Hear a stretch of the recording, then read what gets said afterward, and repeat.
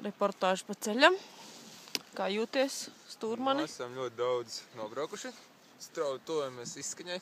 Kāds noskaņojums, kādas sajūtiņas, saulīt spīd? Saulīt baigi labi tad iesildījusi. Tūlīt tās būs emocijas vispār. Mēs satiksimies ar kādiem Cietzemes pirātiem. Varēsim parunāties arī ar šiem pušiem. Nu, laiks pa pirmo, ne? Laiks kapitāls tad, jā. Laiks kapitāls, tā. Paskatāmies, kas mums ir tur. Jā, jums ir vien tur. Jaunieši, kā jums? Jūs jau savu jau izdzērat. Kā jums klājās? Pastāstiet savas emocijas. Mēs bijām pazuduši līdz brīdim, ka jūs pateicāt, ka jābūt jums.